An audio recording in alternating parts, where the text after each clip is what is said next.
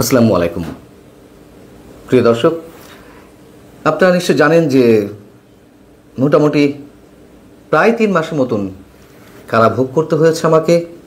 কি কারণে আটক করা হয়েছিল বা কারাভোগ করতে হলো কেন সে বিষয়ে এর মধ্যে জানিয়েছি। তবে একদিক দিয়ে খুব একটা লস হয়নি, তার কারণ আদালতের মধ্যে মানুষের যে গোঙানি, মানুষের যে আহাজারি, সেগুলো আমি খুব কাছ থেকে শুনে এসেছি।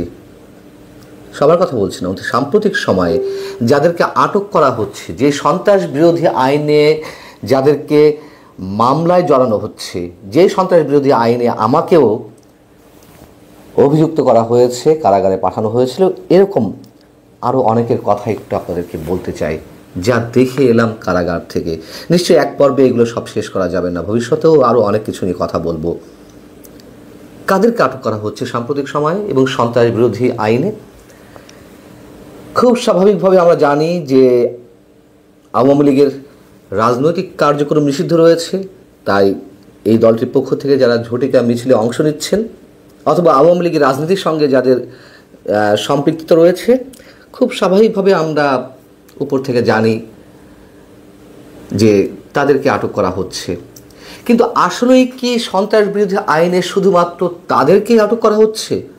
প্রকৃতভাবে আওয়ামী লীগের সঙ্গে সম্পৃক্ত কিংবা মিছিলে অংশগ্রহণের অভিযোগের কারণেই কি শুধুমাত্র তাদেরকে আটক করা হচ্ছে, নাকি এর মধ্যে অসহায়, নিরীহ, একেবারে সাধারণ মানুষদের কান্নার গোঙানি জড়িয়ে রয়েছে? আমি কয়েকটা ঘটনার একটু কেস স্টাডি হিসেবে আপনাদের সামনে তুলে ধরি। আপনারা বুঝতে পারবেন যে কি ভয়ঙ্কর নির্যাতন চালানো হচ্ছে সাধারণ মানুষের উপরে। যাদের কথা এখন এই মুহূর্তে বলবো, তারা কোনোভাবেই আওয়ামী লীগের রাজনীতির সঙ্গে জড়িত থাকা দূরের কথা, অনেকে রাজনীতি জিনিসটা কি সে সম্পর্কেও ন্যূনতম ধারণা তাদের নেই। ধরুন ইসমাইল হোসেন, চুয়াডাঙ্গা বাড়ি, দামোদর সরকারি পাইলট উচ্চ বিদ্যালয়ের শিক্ষার্থী, বয়স 17, খেয়াল করুন, এসএসসি পরীক্ষার্থী। আমি কাশিমপুর কারাগার 1-এ যে ভবনটিতে ছিলাম এবং যেই ভবনের সন্ত্রাস বিরোধী আইনে যাদেরকে আটক করা হচ্ছে তাদের সবাইকে ওই ভবনটিতে রাখা হয়। তো প্রতিদিন তো চালান যাচ্ছে কেরানীগঞ্জ কারাগার থেকে, প্রতিদিন মানে বলতে গেলে প্রতিদিন বলতে হয়, কিন্তু সপ্তাহে 2 দিন 3 দিন একেবারে রুটিন করে চালান দেওয়া হচ্ছে। হঠাৎ করে গত 24শে সেপ্টেম্বর, যেদিন আওয়ামী লীগের একটি বড় মিছিলের পরিকল্পনা ছিল বলে আমরা জানতে পারি এবং সেই মিছিল হওয়ারও সম্ভাবনা ছিল, ফার্মগেটে সবার জড়িত হওয়ার কথা ছিল আওয়ামী লীগের নেতাকর্মীদের, কিন্তু সেখান থেকে কাদের আটক করা হলো? হ্যাঁ, নিশ্চয়ই এই ধরনের কার্যক্রমের সঙ্গে যারা জড়িত তাদেরকে যেমন আটক করা হচ্ছে, পাশাপাশি আমি নিরীহ, অসহায় সাধারণ মানুষের কথা বলছি যে তাদেরকে কোন অপরাধে, কোন অভিশাপে মাসের পর মাস মিথ্যা মামলায় আটক হয়ে কারাগারের অন্ধকার প্রকোষ্ঠে থাকতে হচ্ছে। বলছিলাম ইসমাইলের কথা। ওই দিন তার ছোট চাচার হার্টের সমস্যা, চিকিৎসার জন্য আসা হয় ঢাকাতে, এবং ফার্মগেটে চাচার সঙ্গে একটি রেস্টুরেন্টে খাচ্ছিল। খাওয়া শেষে চাচা বিল দিচ্ছিলেন। ইসমাইলের খাওয়া তখনও শেষ হয়নি, হঠাৎ করে পুলিশ সেখান থেকে ইসমাইলকে তুলে নিয়ে গেল কিছু বুঝে ওঠার আগেই, এবং তাকে তেজগাঁও থানায় নিয়ে যাওয়া হলো, মামলা রুজু করা হলো।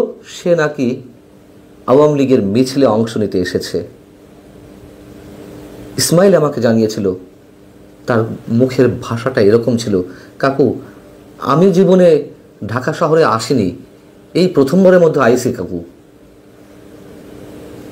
ইসমাইল আমার সঙ্গে কথা বলছিল আর ক্ষণে ক্ষণে ডুকরে কেঁদে উঠছিল। পুলিশ তার বয়স দেখায় এজাহারে 19 বছর, যেহেতু 17 বছর বয়স, কিশোর অপরাধে তাকে আটক করতে হয়, কিন্তু তাকে তো আটক করা হচ্ছে আওয়ামী লীগের মিছিলে অংশ নিয়েছিল এই অপরাধের অভিযোগে, যেটি দেখানো হচ্ছে পুলিশের এজাহারে। কি হলো তাহলে? বয়স বাড়িয়ে দেওয়া হলো। একে নিরপরাধ একটি শিশু কিশোর, তার উপরে তার বয়স বাড়িয়ে দেখা হলো। আরও অনেক কাহিনী আছে। এবং এই ইসমাইল আমার সাথে কথা বলছে, নানান ধরনের কথা বলছে, আর মাঝে মাঝে নিজের অবচেতন মনে বলে উঠছে, কাকু আমি পরীক্ষা দিতে পারবো তো কাকু? কাকু আমার পরীক্ষার সামনে, কাকু আমার কি হবে নে? ইসমাইলের মতন আর একজন, তার নাম আজিজুল ইসলাম, তার বাড়িও চুয়াডাঙ্গায়। তার বড় শখ একটা অ্যান্ড্রয়েড ফোনের। তার মা দুটি ছাগল বিক্রি করে তাকে একটি অ্যান্ড্রয়েড ফোন কিনে দেয়। যেহেতু সারাদিন কাজ করে, মাঠে কৃষকের কাজ করে, মা তার ইচ্ছাটি পূরণ করে। এবং সে যেহেতু নতুন ফোন ব্যবহার করছে, ইন্টারনেট কানেকশনে নিয়েছে, তার কাছে বিভিন্ন ধরনের রিকোয়েস্ট আসে বিভিন্ন গ্রুপে অ্যাড হওয়ার জন্য। সে কিছু বুঝে আর না বুঝে অ্যাডগুলো, মানে এই রিকোয়েস্টে গুলো সে অ্যাকসেপ্ট করতে থাকে। এভাবে আওয়ামী লীগের বিভিন্ন গ্রুপে সে নিজের অজান্তেই অ্যাড হয়ে যায়। কি করা হলো তাকে? তাকে হয়তো কোনো কারণ ছাড়া আটক করা হলো। মোবাইল ঘেটে মোটামুটি দেখা গেছে যে বিভিন্ন গ্রুপে যুক্ত হয়েছে, তার নামে এরকম মামলা দেওয়া হয়েছে। এবং কি করা হলো? তাকে চুয়াডাঙ্গা থেকে আটক করা হয়েছে, ফরিদপুরে ভাঙা থানায় অ্যারেস্ট দেখানো হয়েছে। নিয়ে আসা হলো রাজধানীর ভাটারা থানায়, চালান দেওয়া হলো, সেখান থেকে কেরানীগঞ্জ কারাগার। এবং তারও এই প্রথমবারের মতন ঢাকায় প্রবেশ, এবং একবারে কেরানীগঞ্জ কারাগারে। সেও বলছিল, মানে অবাক বিস্ময়ে বলছিল, এটা কোথায়? সে জানতে পারে এটি ঢাকা শহর। আরেকজনের কথা বলি, শিখন ইসলাম, বাড়ি ময়মনসিংহ। সে ঢাকা থেকে টি শার্ট কিনে নিয়ে যায় 5, 7, 8 হাজার 10 হাজার টাকায়, নিয়ে গিয়ে সে তার নিজের এলাকায় হাটে বাজারে ফেরি করে বেড়ায়। 24শে সেপ্টেম্বরের কথা বলছিলাম, যেদিন ইসমাইলকে আটক করা হয়, ঠিক একইভাবে ফার্মগেট থেকে, যেহেতু সে ফার্মগেট থেকেই টি শার্ট কিনে নিয়ে যায়, তার পকেটে ছিল 7,000 টাকা। তাকে পুলিশ ধরে তাকেও সন্ত্রাস বিরুদ্ধে আইনে মামলা দেওয়া হলো যে সে নাকি মিছিলে এসেছিল। কত কাহিনী বলবো এরকম। কি কারণে এগুলো করা হচ্ছে আপনারা বুঝে নিন। এর সাথে অনেক ধরনের বাণিজ্য জড়িয়ে রয়েছে। এর সঙ্গে পুলিশ যে বেশ তৎপর আসামিদেরকে গ্রেপ্তার করছে তাদের দৃষ্টিতে, সেগুলো দেখানোর চেষ্টা করা হচ্ছে। আমার রুমমেট ছিলেন কেরানীগঞ্জ কারাগারে। তিনি ব্যবসায়ী, প্রতিষ্ঠিত ব্যবসায়ী, নাম এবায়েদ ইসলাম। তার কাছে 5 আগস্টের পরে স্থানীয় কেউ তার কাছে 30 লাখ টাকা চাঁদা দাবি করে। কারা চাঁদা দাবি করেছে নিশ্চয়ই বুঝতে পারছেন। কারা এখন চাঁদাবাজিতে উন্মাদ হয়ে গেছেন। অন্তত আওয়ামী লীগ তো চাঁদাবাজি করছে না এই মুহূর্তে, সেটি করলে তাদের শাসন আমলে করতে পারে। এই মুহূর্তে কারা করছেন? অভিযোগ তো অনেকের বিরুদ্ধে, জামাতের বিরুদ্ধে অভিযোগ, এনসিপির বিরুদ্ধে অভিযোগ, বিএনপির বিরুদ্ধে অভিযোগ। মিস্টার ইবায়েদ টাকা দিতে অস্বীকৃতি জানানোর কারণে তার বিরুদ্ধে দায়ের করা হলো হত্যা মামলা। অর্থাৎ হত্যা মামলায় তাকে অ্যারেস্ট করা হলো। যেই মামলার 1 নম্বর আসামি সাবেক প্রধানমন্ত্রী শেখ হাসিনা, আর মিস্টার ইবায়েদ সম্ভবত 67 নম্বর বা 62 নম্বর, আমার যদি খুব ভুল না হয়ে থাকে। তাকে 8 মাস কারাগারে থাকতে হয়েছে। 8 মাস পর তার জামিন মিলে। হাইকোর্ট থেকে জামিনের পর তার বিরুদ্ধে স্টে দাবি করা হয় জামিন মঞ্জুর না করার জন্য, জামিন স্থগিত করার জন্য। 8 মাস তাকে বিনা অপরাধে কারাগারে থাকতে হয়েছে। চট্টগ্রামের এক ব্যবসায়ী মিস্টার আশরাফ, তিনিও প্রতিষ্ঠিত ব্যবসায়ী, তিনি তার ক্লায়েন্টের কাছে 1,67,00,000 টাকা পেতেন।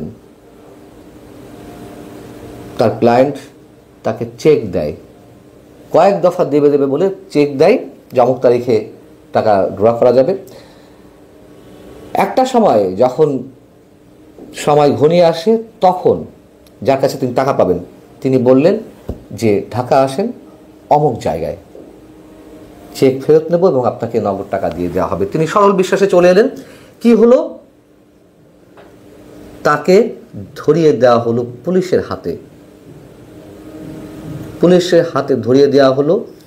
তিনিও কয়েক মাস কারাগারে রয়েছেন। টাকা যাতে না দেয়া লাগে, সেই দেনাদার ব্যক্তি তাকে এইভাবে ফাঁসিয়ে দিল। রানা আলী মীর একজন ইঞ্জিনিয়ার,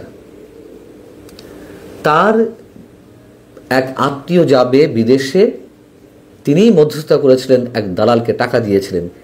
কিন্তু যখন তার আত্মীয়কে বিদেশে পাঠানো সম্ভব হচ্ছে না, তিনি টাকা ফেরত ফেরত চাচ্ছিলেন। তো একটা পর্যায়ে নানান ডেট দিতে দিতে পল্টনে তাকে ডাকা হলো যে টাকা নিয়ে যান। একটা হোটেলে ডেকে তাকে ধরিয়ে দেওয়া হলো পুলিশের হাতে। তার নামেও এই ধরনের মামলা হয়েছে সন্ত্রাস বিরোধী আইনে। কত কাহিনী শোনাবো আমরা। অসংখ্য অসংখ্য মানুষ এইভাবে কারাগারে নির্যাতনের মধ্যে রয়েছে। নির্যাতন বলতে আমি শারীরিক নির্যাতন বলছি না, হ্যাঁ, রিমান্ডে নিয়েও অনেককে নির্যাতন করা হচ্ছে, এরকম আরও অনেকে রয়েছে। আমরা আব্দুল সালাম নামে স্বেচ্ছাসেবক লীগের এক সাবেক নেতার কথা জানি। ময়মনসিংহ কৃষি বিশ্ববিদ্যালয়ের ভিপি ছিলেন সম্ভবত। তিনি আওয়ামী লীগ করেছেন, এটা তার অপরাধ, ঠিক আছে। কিন্তু তাকে যে মামলা আটক করা হলো, সেই সময়ে যেই মামলাতে যে ঘটনা উল্লেখ করা হয়েছে, সেই ঘটনার সময় তিনি বিদেশে অবস্থান করছেন। কিন্তু তিনি দেশে আসার পরে তাকে আটক করা হলো, সন্ত্রাস বিরোধী আইনে মামলা দেয়া হলো। যখন বিচারকের সামনে, নিম্ন আদালতের বিচারকের সামনে তিনি বলছেন, বা তারা আইনজীবী যুক্তি তর্ক উপস্থাপন করছেন যে তিনি তো ওই সময় বিদেশ ছিলেন, তাকে শুনতে হয় বিদেশ ছিলেন, তাতে কি হয়েছে? তিনি তো আওয়ামী লীগের রাজনৈতিক কার্যক্রম চালানোর জন্য, সন্ত্রাসী কর্মকাণ্ড পরিচালনার জন্য অর্থের যোগানও দিতে পারেন। কিভাবে এটা প্রমাণ করবেন যে তিনি অর্থের যোগান দেননি? হয়তো একটা সময় প্রমাণ হতে পারে, কিন্তু কারাগারে তো তিনি রয়েছেন এখনো পর্যন্ত। ছেলে মেয়ের প্রেম গোপনে বিয়ে হয়েছে, মেয়ের বাবা প্রভাবশালী, অর্থাৎ বিএনপি বা জামাতের রাজনীতির সঙ্গে যুক্ত। ছেলের বাবাকে সন্ত্রাস বিরোধী আইনে আটক করিয়েছে, তার বিরুদ্ধে মামলা দিয়ে, পুলিশি মামলায়, অজ্ঞাত মামলায় ঢুকিয়ে দেওয়া হয়েছে। সবজি বিক্রেতা রাস্তা থেকে তুলে নিয়ে আসা হচ্ছে, নিয়ে এসে সন্ত্রাস বিরোধী আইনে তাকে কারাগারে প্রেরণ করা হচ্ছে। যশোরের 3 বন্ধু, একজন সাবেক ভাইস চেয়ারম্যান মিস্টার ইমরান, তারা এসেছিলেন বেশ 6-7 মাস আগে ঢাকা শহরে 3 বন্ধু একসাথে ডাক্তার দেখাতে। যেই ক্লিনিকে তারা এসেছিলেন ডাক্তার দেখাতে, তারা ওয়েটিংয়ে ছিলেন ডাক্তার দেখানোর জন্য, তার পাশে হয়তো কোনো এক মামলার আসামি বসেছিলেন। পুলিশ খবর পেয়ে যখন ওই ক্লিনিকের সামনে আসে, ততক্ষণে ওই 3 বন্ধু, যশোরের 3 ভদ্রলোক, তারা ক্লিনিকের নিচে নামে চা খেতে। পুলিশ এসে তাদেরকে সার্চ করে, তাদেরকে জেরা করে, আপনি অমুক, আপনি অমুক, আপনি অমুক। তারা বলে যে না, আমরা তো কেউই এই নামের কেউ না। তখন মোটামুটি খানিকটা বিশ্বাসযোগ্য হয় পুলিশের কাছে। ওই সংশ্লিষ্ট থানার ওসি নেতৃত্ব দিচ্ছিলেন ওই ঘটনার। কিন্তু পাশ থেকে একজন বলে উঠলেন, একজন এসআই, স্যার, আজকে কিন্তু 70 জনের টার্গেট, সন্ধ্যা 7টা বাজে আমরা আটক করেছি 45 থেকে 50 জন। ওসি বলে ওঠেন, তাই নাকি? এই উঠাও, গাড়িতে উঠাও। এটা কি তামাশা? মানুষের জীবন নিয়ে ছিনিমিনি খেলছে। কত নিরীহ মানুষ এইভাবে কারাগারে অন্তরীণ রয়েছেন। এক একজনের ব্যবসা বন্ধ হয়ে যাচ্ছে, পরিবারগুলো অনিশ্চিত ভবিষ্যতের দিকে যাচ্ছে। এর জবাব দেবে কে? বয়স দেখিয়ে দেওয়া হচ্ছে, বেশি বয়স যারা 18 বছরের নিচে তাদেরকে বয়স বাড়িয়ে দেখানো হচ্ছে, এবং এইভাবে আটক করে করে কারাগার ভরে যাচ্ছে, তিল ধারণের জায়গা নেই। 21 ইঞ্চি বেড চওড়াই 21 ইঞ্চি রাখতে হবে, এর বেশি রাখা যাবে না। 2 বিঘার জায়গা 21 ইঞ্চিতে মানুষ ঘুমোতে পারে এতটুকু জায়গাতে? এগুলোকে বলে ইলিশ ফাইল। আপনারা ইলিশ ফাইলের নাম শুনেছেন নিশ্চয়ই। মানুষ আসছে কিন্তু জামিন তো হয় না। কজন মানুষের জামিন হচ্ছে? যাই হোক, জামিন প্রসঙ্গে আরও একটি পর্ব নিশ্চয়ই আপনাদের সামনে পরে খুব দ্রুতই আমি আরেকটি কন্টেন্ট করব, সেখানে বিস্তারিত জানাবো। মানবতা গুমরে কাটছে,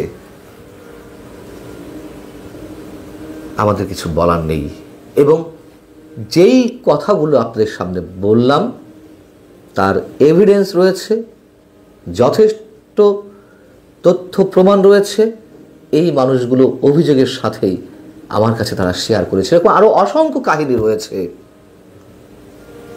আর দেখানো হচ্ছে সবাই আওয়ামী লীগের রাজনীতির সঙ্গে জড়িত। আওয়ামী লীগের রাজনীতির সঙ্গে জড়িত থাকলেই কি সবাইকে আটক করতে হবে? রাজনৈতিক কার্যক্রম নিষিদ্ধ, সেখানে যদি কোনো রাজনৈতিক কার্যক্রমে জড়িত হয় তাদেরকেও না আটক করা যেতে পারে? হ্যাঁ, যাদের করা হচ্ছে তাদের নিয়ে আমাদের কোনো কথা নেই, আটকান। কিন্তু এই মানুষগুলোর অপরাধ কি? তারপরেও বলবো, ভালো থাকুন সবাই। আল্লাহ হাফেজ।